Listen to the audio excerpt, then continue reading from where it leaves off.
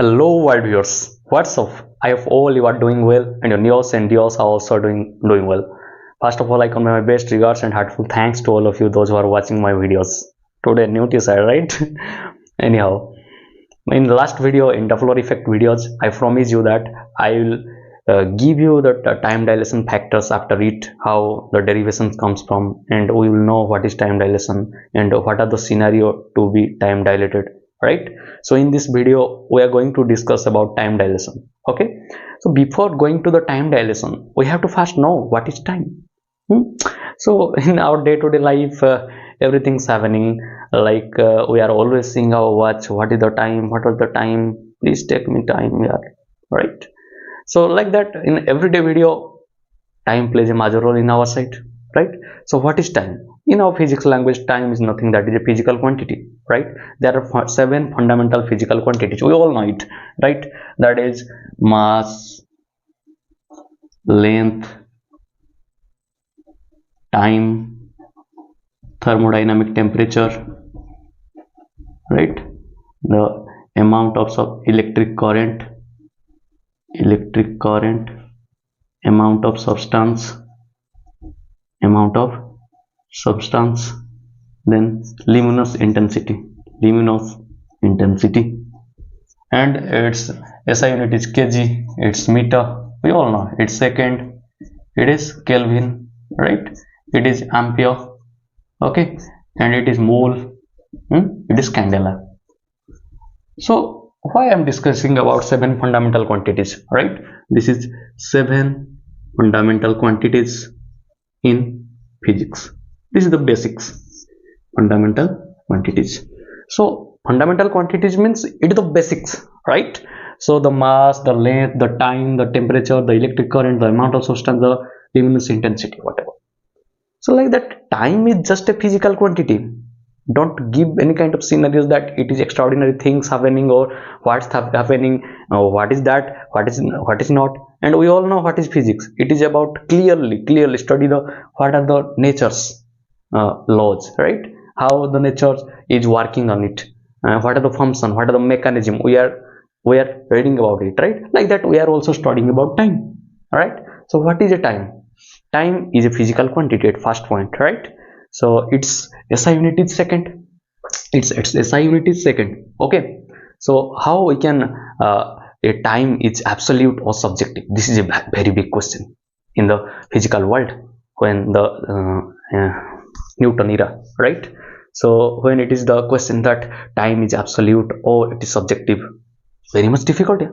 At that time, Newtonian physics and the classical mechanics, Newton approximately says that time is about absolute, okay?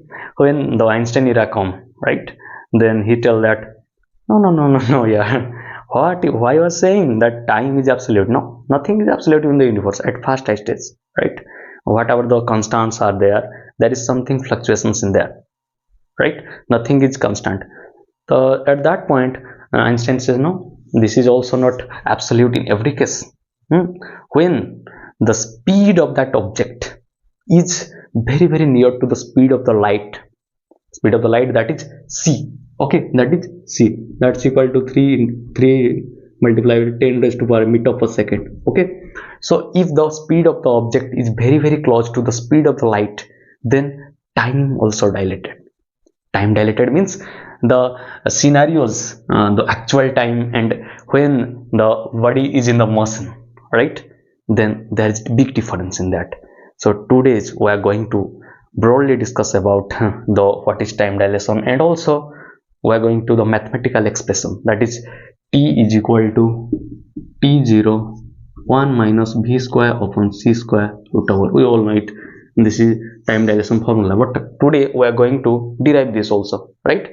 So here time is the relative time, and here time is the real.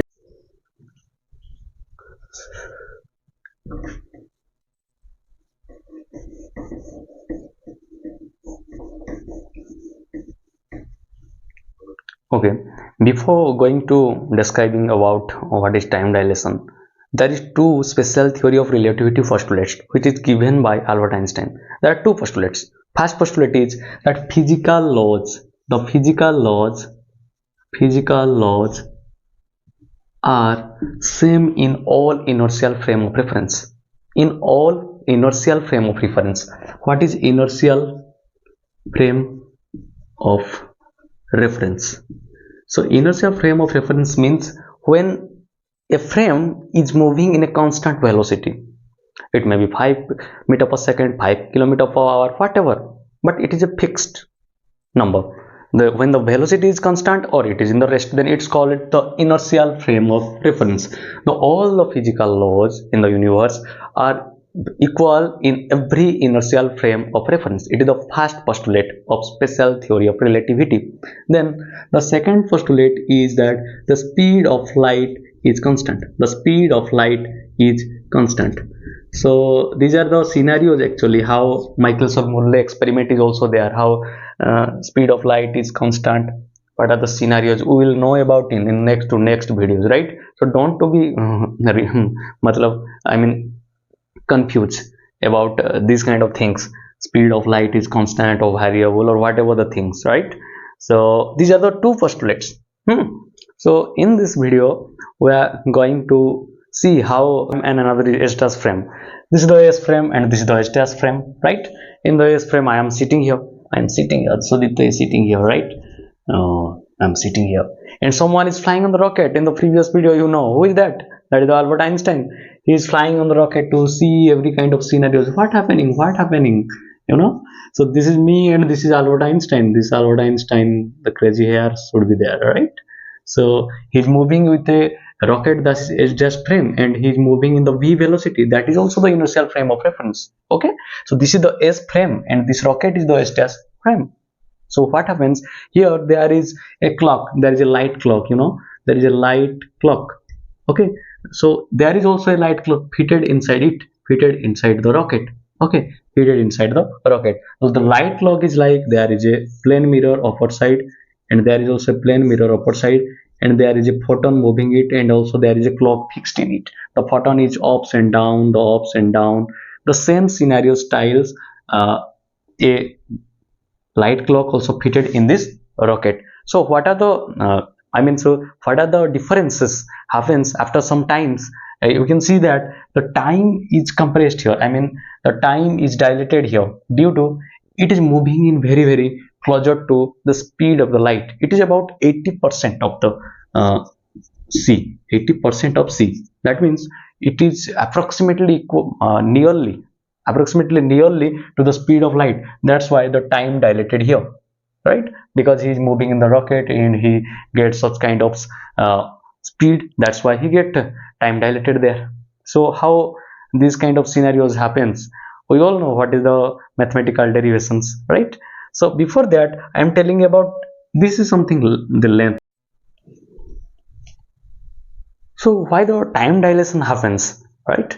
So here how the photon is moving. The photon is moving from upside to downside, upside to downside, upside to downside, because it is in the motion. The rocket is in the motion. That means the photon will be looks like to this observer. That means this is Sudipta, and to this side, what happens? For me, it looks like it is moving in a very speed velocity, very speed, right? So this photon movement will be like this is the photon movement, right? This is the photon movement, this is photon movement. It is from this to this happening inside the rocket. It is happening this to this, upside to downside, but for me, for the observer, it looks like the first photon, the position to this, right? It shift diagonally. It looks like me diagonally shifted. The length is contracted here. The length is contracted. This ups and down. Here the length looks bigger, but the length contraction happened. Due to the length contractions happened. That's why time dilation happened. What is length contraction? When a body is in very high speed, here that time the length is contracted. It looks smaller and smaller, right? So these are the scenario, the basic functions due to why time dilations happens, because the length contracted, the length contraction happens, right? So these are the two scenarios. The photon is from upside to downside, but it looks to me it's shifted to it. Why? The length contraction happens when the movement of any object is very in high speed. That's about 80% of the sea. That means it is very big. Can you realize 80% of sea? Even I can't realize. How can we realize? Realization comes from our past events. Our past events never happens. Our bike is in the speed about 80 kilometer per hour. It is very big for us. When it is 100, it is, oh my god, 100 kilometer per hour while moving. When it is 120, oh my god, 120 you are going. It's 140, the higher speed of my bike. 140 is the high speed of my bike. 140, oh my god, I never experience. How can I experience? Right? So this is my foolishness that I tell the word experience. So it is never be an experience thing. It is an imaginary thing. But for an astronaut, it can be maybe possible in the next. Maybe the rockets gains this kind of speed. If we got this kind of speed, then it is very big revolution, we can say, in the history of physics, in the history of humankind. We don't know about that. If we gain this kind of speed, then time travels is just like finger point to you. I can add about some more points. When you are in this kind of speed, that is 80% of the sea, that means at that time your brain functionalities, the speed of your neurons, right? Every time you get some informations and your neuron activates, that sound energy converted into electrical energy, and it gets your brain gain that kind of signals, so the speed of the neurons also decrease due to this kind of speed, and the heart rate also will be decreased due to this kind of speed, right? So this is the time scenarios where you are on a large amount of speed. Okay, you can read this book, A Brief History of Time. Okay, A Brief History of Time. Here Stephen Hawking tells about many things. He also tells about the times also, how you can time travel, right? When you gain those kind of speed, then time travel may looks easier to you, right? It is one type of, those who are so much care about their body, their faces, the wrinkles. I want to looks younger as much as, especially the actors in the universe. It may be in the Hollywood cases, right? Every actors want to be younger and younger after aging. So they want to, firstly, they want to be in the time travel. We look younger, yeah. We look younger. We want to going time travel in the fast forward. There are various kind of movies are happening. There are various kind of all movies are happening, but the reality is not come yet. But I think we are going to gain some kind of things, because the technologies are growing a big margin, right? So I believe my technology 100%. I told it this previous video, right? So if we gain this kind of, not 80%, but if it is over 50%, then it is.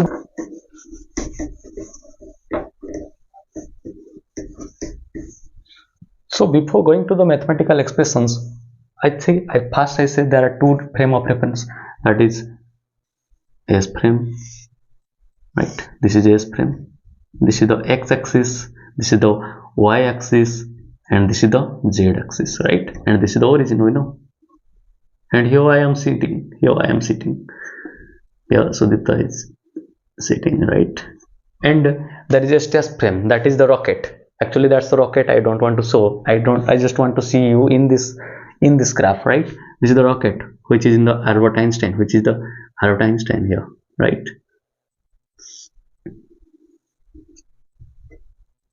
What happened actually at the initial frame, me and Einstein are in the same point, right?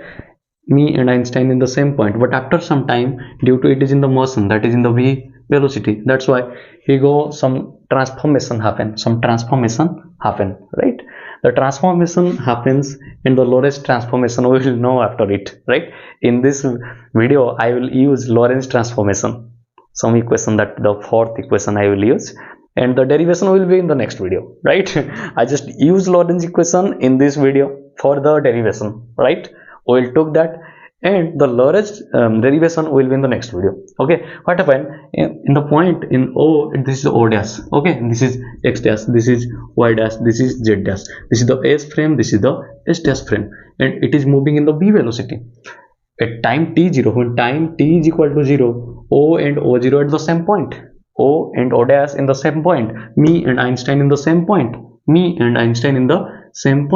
but after time t, he is shifted to this position, that is O dash position. Okay, so let's say this is the point, at the same time this is the point.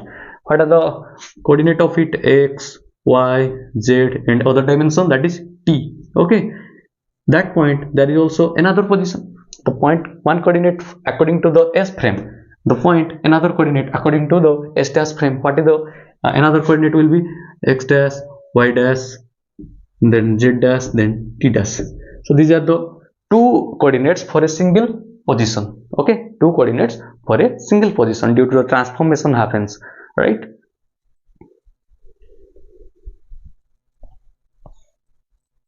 Frame, something happening in the S frame, and there is also a clock in the S dash frame. There is something happening in the S dash frame. Okay, so these are the two clocks here, right?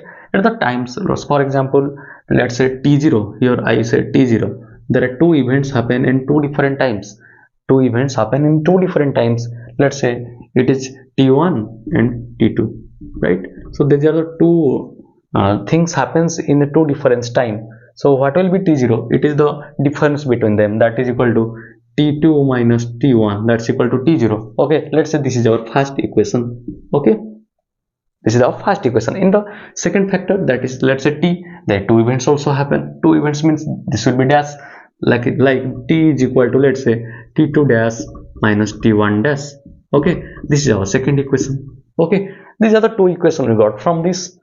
These two events happen in the two different times. Okay, so this is T0 and this is T, and this is the time factor in S frame, this is the time factor in S dash frame. Definitely it will be different because of the speed is very much high here. But I say that I will use Lorentz transformation equation, right? Lorentz transformation equation, it requires here to get that derivation. So don't be confused or overthink that where is the Lorentz transformation equation, where it comes from. I will tell it the next video. I tell it, right? After Doppler effect, I talking about time dilation. Then after time dilation, I am talking about the what? Lorentz transformation equations. Okay. So from Lorentz transformation equation, Lorentz transformation equation, there are four equations. We are going to add the four equation, that fourth equation, right? What is fourth equation? That is equal to t dash is equal to t minus xb upon c square upon 1 minus b square upon c square root over.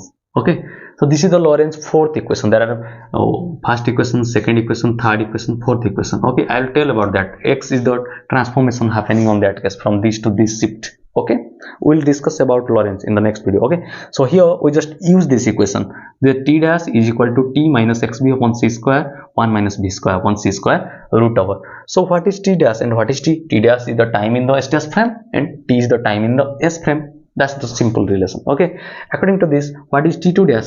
T2 dash is equal to t, we will replace t as t2, that's equal to t2 minus xb upon c square upon 1 minus b square upon c square root over. Okay, like that. What is t1 dash? T1 dash, that's equal to t1, we will replace t as t1 minus xb upon c square upon 1 minus b square upon c square root over. So these are the two scenarios. Let's say this 2 is equation 4. Let's say this 2 is equation 4. This 2 is equation 4. We can replace that. If we look at the equation 2 and equation 4, what we'll see? Okay, if we replace equation 2 and equation 4, what we'll see? Let's see what happens in the next. Okay.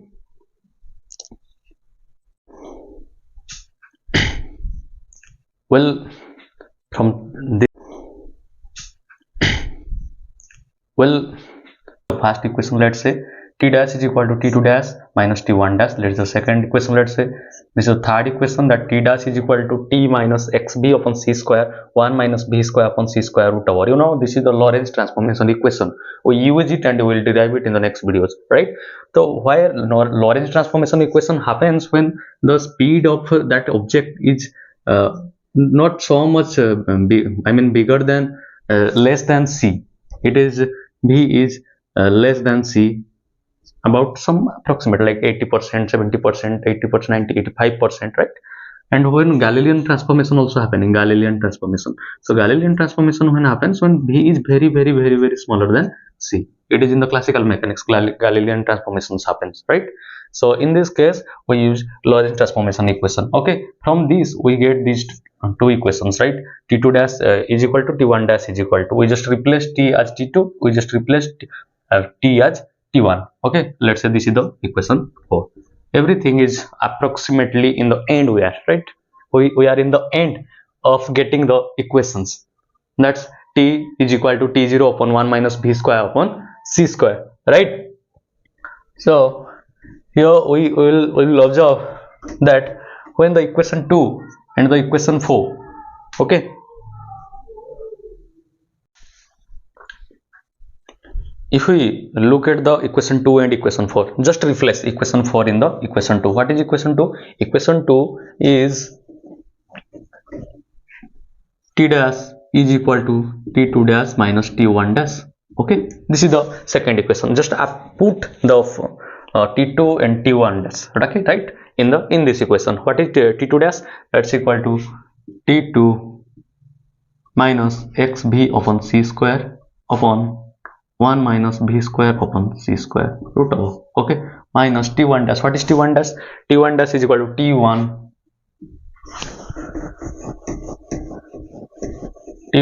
minus xv upon c square upon 1 minus v square upon c square. Okay, this is the just apply we equation 4 in equation 2. Look at the things. The LCM will be very simple. Okay, the LCM will be 1 minus b square upon c square root over. Okay, what is the one top? T2 minus xv upon c square minus T1 minus minus will be plus, then it will be xv plus c square. Okay, so here plus xv plus c square and minus xv plus c square will be cancelled out. Then what will the remain? The remain will be T2 minus T1 upon 1 minus v square upon c square root over, right? So this is the ending conclusion we got from. Okay, so ending conclusion is that T2 minus T1 1 minus v square upon c square. Look at the equation 1. Look at the equation 1. Putting the values of equation 1. Put the values of equation 1. What is equation 1? That is T0 is equal to T2 minus T1. Okay, so here this is T dash. Here it is T dash. That means T dash is equal to, in T2 minus T1 we can replace T0 upon 1 minus v square upon c square root over. That's the final conclusion. That's the final conclusion we got from. Okay, so this is the actual time and this is the relative time. Okay, this is the actual time and this is the relative time. This is the time in the S frame, this is the time in the S dash frame, or simply we can calculate it. T0 is equal to T dash multiply by 1 minus v square upon c square. Okay, this is our ending conclusion, right?